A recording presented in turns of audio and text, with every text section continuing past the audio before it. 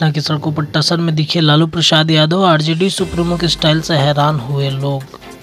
चारा घोटाला मामले में पेशी के लिए पटना राज्य सुप्रीमो लालू प्रसाद यादव बुधवार अहले सुबह अलग अंदाज में नजर आए। पूर्व सीएम राबड़ी देवी के सरकारी आवास 10 सर्कुलर रोड से निकलने तो देखने वाले हैरान हो गए। वे खुली जीप में बैठे उसे ड्राइव करते हुए पास में डॉक्टर राजेंद्र प्रसाद की प्रतिमा तक गए, फिर गाड़ी घुमाकर लौट आए। इस दौरान समर्थकों का जोश देखते ही बन रहा था। जिंदाबाद के नारे गूंज रहे थे। समर्थकों का कहना है कि लालू प्रसाद अब स्वस्थ हो रहे हैं।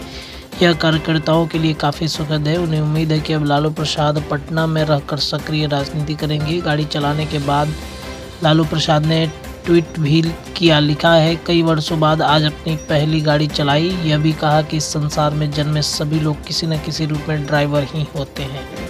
बिहार पंचायत चुनाव 8वें चरण में 62% मतदान। 8 निर्वाचन क्षेत्रों में फिर होगी वोटिंग। बिहार में 8वें चरण का पंचायत चुनाव छिटपुट घटनाओं के बीच संपन्न हुआ। राज्य निर्वाचन आयोग के अनुसार शाम 5 बजे तक 36 जिलों के 55 प्रखंडों में 62% मतदान हुआ। सर्वाधिक 76.1% मतदान पश्चिमी चंपारण जिले में हुआ। इस चरण में गलत बैलेट पेपर और 2 प्रत्याशियों के निधन के कारण कुल 8 निर्वाचन क्षेत्रों में फिर से मतदान कराया जाएगा। बोचहा विधानसभा से वीआईपी पार्टी के विधायक मुसाफिर पासवान का निधन। लंबे समय से चल रहा था इलाज। दिल्ली के गंगाराम अस्पताल में चल रहा था इलाज। राजनीतिक गलियारों में शोक की लहर। इस बारे में मुकेश सहनी ने अपने सोशल मीडिया अकाउंट पर उनसे मिलने के दौरान की तस्वीरें डालते हुए लिखा है कि बोचहा विधानसभा से वीआईपी पार्टी के विधायक श्री मुसाफिर पासवान जी अब हमारे बीच नहीं रहे। मुसाफिर जी लंबे समय से अस्वस्थ चल रहे थे। उनका इलाज दिल्ली के गंगाराम अस्पताल में चल रहा था।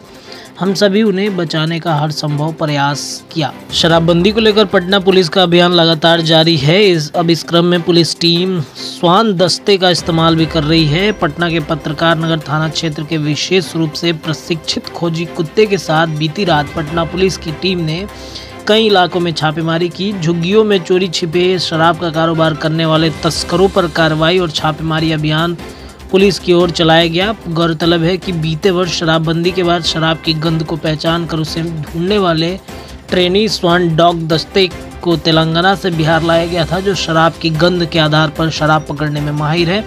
इस स्वान दस्ते का नाम हंटर है। इस दक्ष स्वान को लेकर पत्रकार नगर थाना क्षेत्र में शराब मिलने से संबंधित सभी संभावित संदिग्ध स्थानों पर छापेमारी की जा रही है।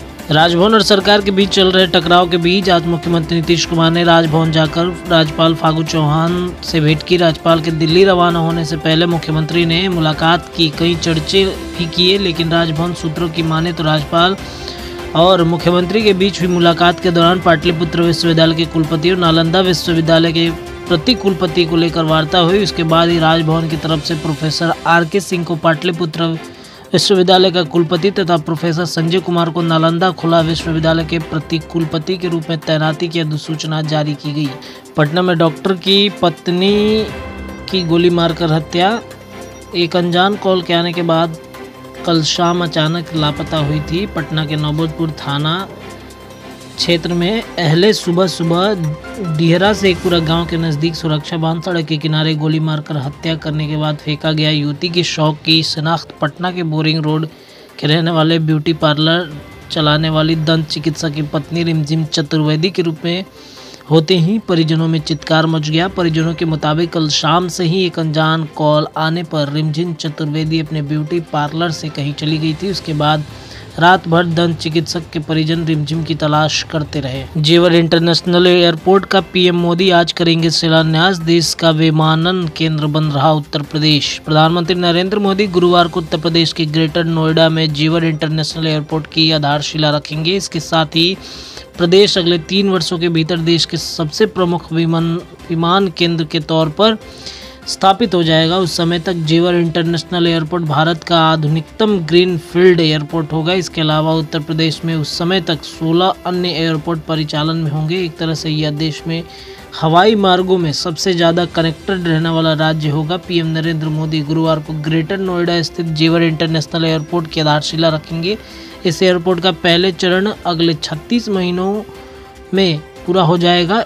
इस पर 4 करोड़ रुपए की लागत आएगी। उत्तर भारत में बड़ी ठंड, शीतलहर की आशंका, मौसम विभाग ने जारी किया अलर्ट। जम्मू कश्मीर में तापमान 0 से नीचे जाने के बाद अब उत्तर भारत के राज्यों में ठंड का प्रकोप बढ़ने वाला है। मौसम विभाग के मुताबिक अगले 2 दिनों में उत्तर भारत के कुछ राज्यों में सीजन का पहला शीतलहर देखने को मिल सकता है। पंजाब, हरियाणा और उत्तरी राजस्थान के कुछ हिस्सों में शीतलहर की संभावना जताई जा रही है। इसे देखते हुए मौसम विभाग ने अलर्ट भी जारी किया है। वहीं मौसम वैज्ञानिक की माने तो दिल्ली में अभी शीतलहर के आसार नहीं है।